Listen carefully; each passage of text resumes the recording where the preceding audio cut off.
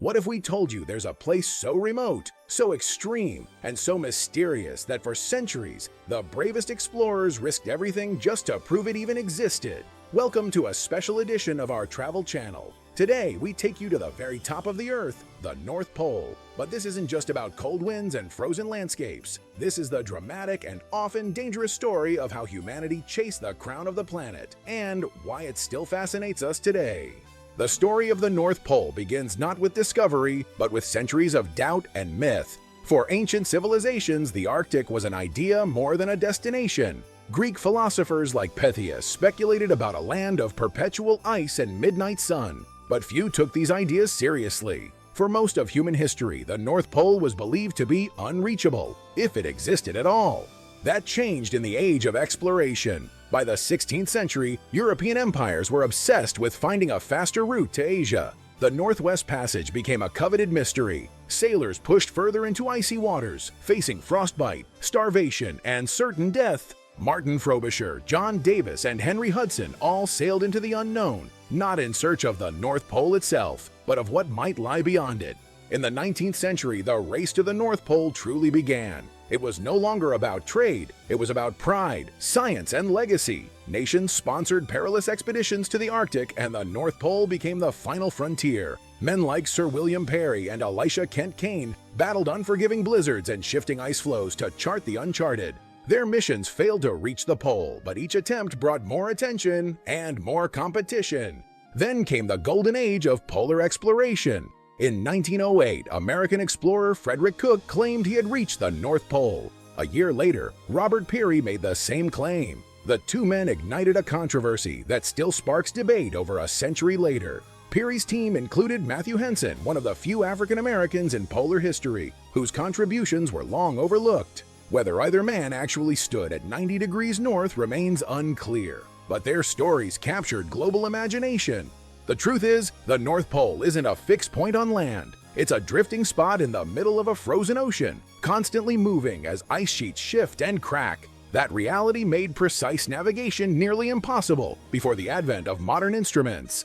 By the mid-20th century, new technology brought new players to the pole. In 1948, the Soviets landed an aircraft near the pole for the first time. In 1958, the U.S. nuclear submarine USS Nautilus passed directly beneath the pole, under the ice. Later, Soviet icebreakers like Arktika became the first surface ships to reach the pole. Scientific stations were established on drifting ice for research, monitoring everything from climate to ocean currents. By the end of the 20th century, reaching the North Pole was no longer an impossible dream, but it was still no casual trip. Adventurers now reached it by plane, by dog sled, by ski, and even by foot, enduring temperatures colder than -40 degrees Celsius, complete isolation, and a haunting silence that seemed to swallow time.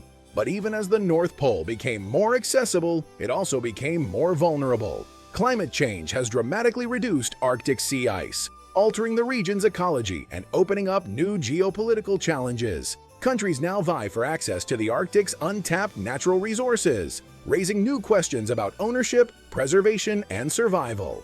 And yet, despite the threats, the North Pole remains a symbol, a place of mystery, a destination at the edge of what's possible. But what is it really like today? How do people reach it? Who protects it? What languages, if any, echo across its icy silence? What industries are now creeping closer? And is the North Pole we dream of still the same as the one that exists?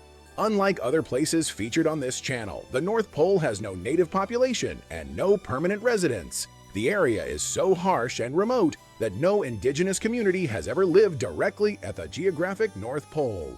Instead, the closest communities are spread across the broader Arctic region. Inuit groups in Canada and Greenland, the Sami people in northern Scandinavia, and various indigenous Siberian groups in Russia. While none of these groups live on the pole itself, their cultures are deeply tied to the surrounding polar environment. They pass down oral traditions about the Arctic, the stars, ice movements, and the behavior of animals, knowledge that has guided survival in the region for generations. Temporary populations at the North Pole are mostly composed of scientists, military personnel, and a small number of extreme adventurers. At any given time, there are rarely more than 50 people at or near the North Pole. During high expedition seasons, usually late spring, a few more may pass through as part of research teams or commercial trips, but these stays are brief. The customs observed by those who operate in and around the North Pole are mostly driven by scientific, military, or survival protocols. For scientists, daily life revolves around data collection, monitoring equipment, and rotating shifts to avoid frostbite or exhaustion. There's also an unspoken code of respect among polar researchers, helping one another without question, sharing resources, and maintaining constant communication. It's a place where mutual reliance is essential.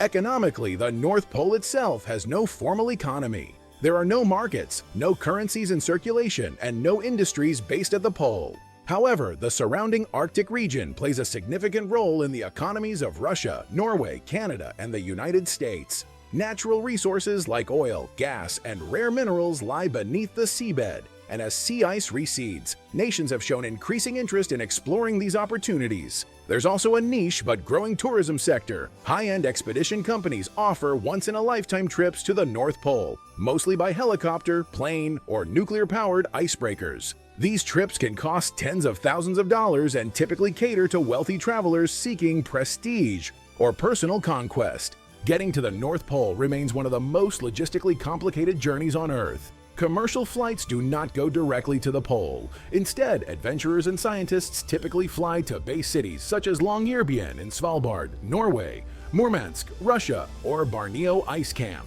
a temporary Russian station built anew each spring on a drifting ice sheet about 100 kilometers from the pole. From these outposts, helicopters, chartered aircraft, or even dog sleds are used to complete the final leg of the journey. No official language is spoken at the North Pole itself, but in practice, the dominant languages depend on the national origin of the teams stationed there. Russian is commonly heard at Barneo and other Arctic Russian facilities. English is standard for multinational scientific missions and US or Canadian expeditions. In broader Arctic communities, Inuit dialects, Sami, and various Siberian indigenous languages are still actively spoken and preserved, alongside national languages like Danish, Norwegian, or Russian. The year-round temperature at the North Pole is intensely cold and extremely variable. In the winter months, temperatures plunge to below -40 degrees Celsius. In the summer, even during 24-hour daylight, temperatures typically hover around -1 to -3 degrees Celsius. Unlike Antarctica, the North Pole is not on land, but on drifting sea ice, which amplifies its exposure to rapid changes in climate and contributes to the thinning of ice cover year after year. Yet despite the harsh temperatures, the remoteness, and the absence of a permanent population, the North Pole continues to be a point of global interest. It stands at the center of geopolitical tension, climate change science, and human curiosity. Here's where the North Pole story takes an unexpected turn. While it's one of the most inhospitable places on Earth, it's also a destination for a very specific kind of traveler. A small number of luxury and expedition cruise lines, such as those operated by Russian nuclear-powered icebreakers like 50 Years of Victory, actually offer voyages that take paying passengers all the way to the North Pole. These journeys, departing from Murmansk, cross through the remote Franz Josef Land archipelago before breaking through thick Arctic sea ice to reach 90 degrees north. Passengers can even stand on the ice above the pole for a few precious minutes. These cruises aren't cheap. Some cost more than $30,000 per person, but they offer a bragging right few others can claim. And then there's the most famous myth of all, the belief that Santa Claus lives at the North Pole. This idea has become a cornerstone of Western holiday culture, especially in the United States and Canada. The concept originated in the 19th century when cartoonist Thomas Nast published illustrations placing Santa's workshop at the North Pole, blending European folklore with the mystery of the Arctic. Over time, the story evolved to include elves, flying reindeer, and a magical toy factory hidden beneath the snow. Despite its fictional origins, the idea has become so embedded in popular imagination that many children still send letters addressed to Santa Claus, North Pole. In fact, Canada Post officially responds to these letters using the postal code H0H0H0. As a final twist, the magnetic North Pole is not the same as the geographic North Pole. The magnetic pole shifts constantly due to changes in Earth's core, moving nearly 55 kilometers per year in recent decades. It once lay within Canadian territory, but is now drifting toward Russia. This makes navigation in the region a constant challenge, especially for aircraft and compass-based systems. Here are a few more fun facts before we wrap up. The sun rises and sets only once per year at the North Pole, meaning 6 months of daylight followed by 6 months of darkness.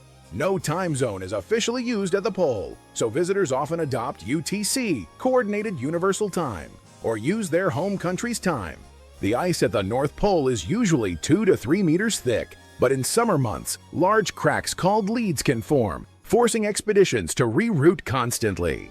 So while no one lives at the North Pole and getting there is a feat few attempt, it continues to hold a powerful grip on the human imagination. Whether you're a scientist studying climate patterns, an adventurer chasing the ends of the Earth, or a child believing in reindeer magic, the North Pole offers something rare: mystery, meaning, and marvel all rolled into one frozen point on the map. If you enjoyed this special edition journey to the North Pole and want more stories that go beyond the usual tourist trail, make sure to like this video, subscribe to our channel, and hit the notification bell so you never miss another fascinating destination. From the world's most extreme places to the legends that surround them, we've got so much more in store.